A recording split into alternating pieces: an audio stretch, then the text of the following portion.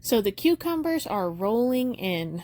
We are harvesting every morning, making batches of pickles and cucumbers. I'm sorry, pickles and relish, putting cucumbers on everything. They are so delicious, and I'm so grateful that they are growing so well this year. You have good years of stuff in the garden, and you have bad years, and this year is a good cucumber year for us. So let me take you along with how we do that. We harvest them early in the morning when there's still dew on them. Doing it this way before the heat of the day, it helps the pickles stay crisper. Now, if there's a reason why you can't harvest them and you have to do it midday, it's okay. Soft pickles make good relish.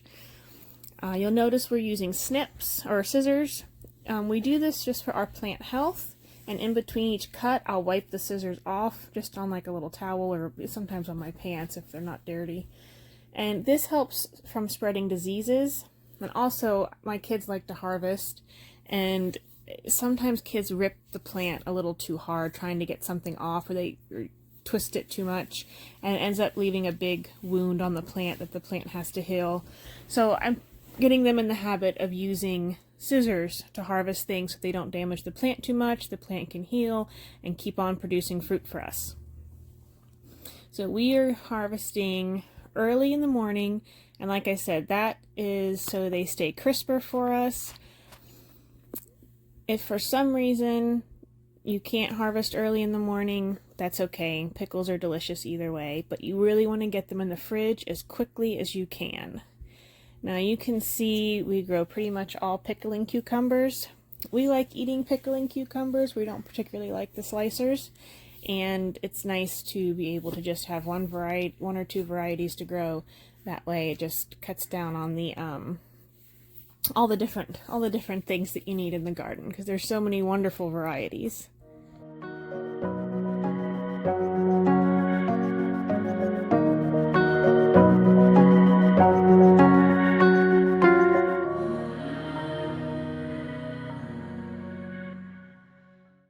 We are back in the kitchen.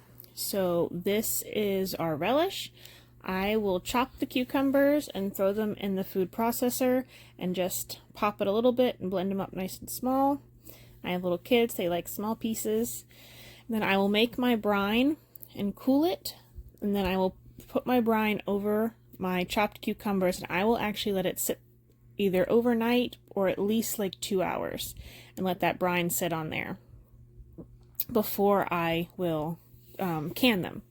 So we're going to have quite a few jars of relish. My goal is to get a year's worth of relish out of the garden this year. That is why I planted so many cucumber plants. I have my middle son especially, but all my kids really like relish on things. And right now where we live, it is really hard to find relish that does not have high fructose corn syrup in it. So it was a big goal of mine to get the garden into a spot where we can do all our relish for the year. So you'll notice I'm scooping with a slotted spoon. I am going to not trying to get too much of the liquid. So what I'll do is I'll fill the jars and push them down and pack them. And then there's always liquid reserved and left over. And I'll just pour that liquid over top to get the correct headspace before I can them. And relish needs to be pressure canned. It doesn't have enough acidity to be water bath canned, at least not the recipe I use. It does have vinegar in it, but the recipe I use doesn't have enough, because relish is I use a sweet relish, and we like sweet pickles too, and even using a white vinegar, there's not enough acidity. So if you're doing something that's like a kosher dill, there's a lot of recipes out there that you can water bath can. We are chopping. My little ones really like helping me in the kitchen, so I will chop them lengthwise and then give them to chop them up even smaller and put them in the blender, letting them help in the kitchen, especially with things that they really like relish. It plants the seeds for them really understanding where things come from and how hard we worked. My kids remember planting these seeds way back a couple months ago. We've tended them, we've weeded, and now we are getting our cucumbers.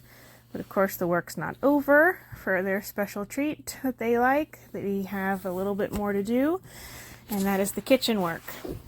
It's always hard to do kitchen work on a beautiful day, and we have been really blessed with like a bunch of amazing beautiful days lately. Normally where we live by now it is really hot and humid, but lately it's been lovely with a cool breeze, not very humid. The dew point has been low. It's just been lovely. But the kitchen work must be done. So here we are.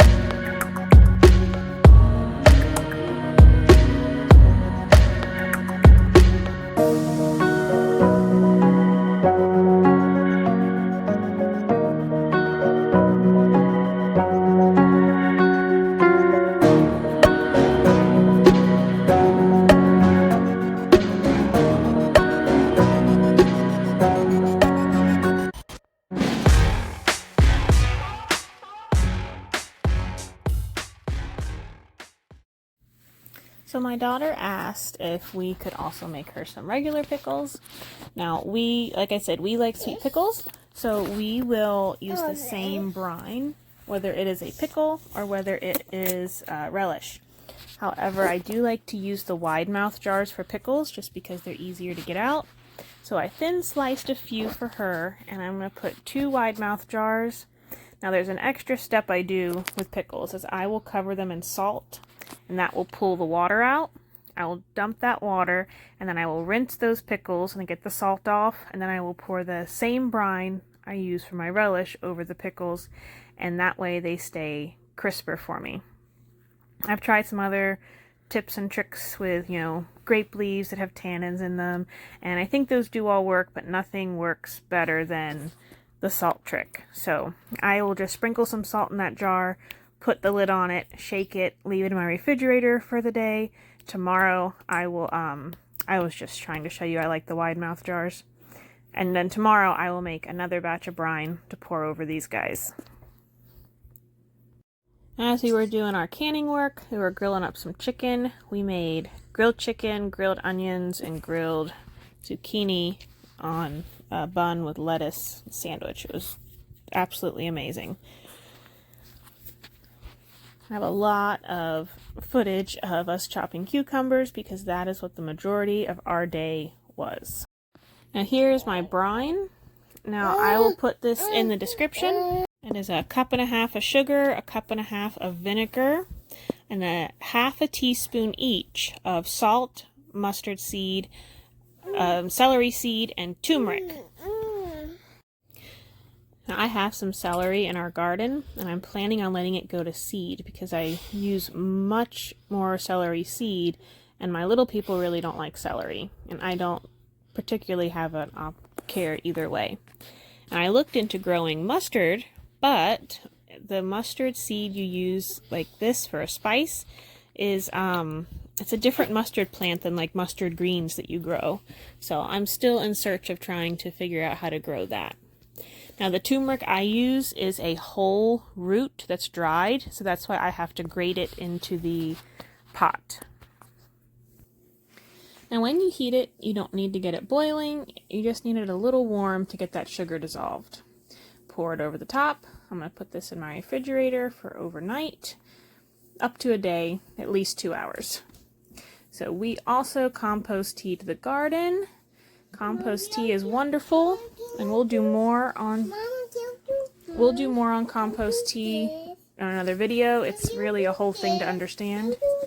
We also planted more seeds. I love this seed organizer. It is absolutely wonderful. It keeps the seeds clean and dry and organized. I really can't ask for anything more. Of course, I just have to figure out which one I put it in. So we are going to sow more cucumber. And these cucumber that we have are Space Masters. They are, I think it's 58 days, which is really nice. So they kind of act like a determinate cucumber, I guess. But they are putting off a ton. Yeah, Space Master Bush. Yeah, 58 days. There we go. So I am going to direct sow these because we have already cropped a whole lot from what is here. And normally with like a determinate tomato, it will set all its fruit at once and then it will be all done. So I'm assuming these cucumbers are going to do this too. If they don't, I'll just pull these seedlings and put them somewhere else, maybe in the front garden. I'm excited to do that front garden tour for you guys, probably next week. So I am just going to direct sow these right into the garden, and we will make sure we keep them watered well. We have clay soil. It stays moist well, especially with the compost mulch on top. We really don't have a problem with things not germinating for us. It's very helpful. I really like gardening in clay soil. I know most people don't. And this is our homemade compost. We have a nice mulchy leaf compost filled with microorganisms and fungi and all those wonderful things. My little boys just got new wheelbarrows. They are testing them out. You see all that fungi on there? That is beautiful. We have really upped our game with the compost making this year, and especially because we're making compost tea.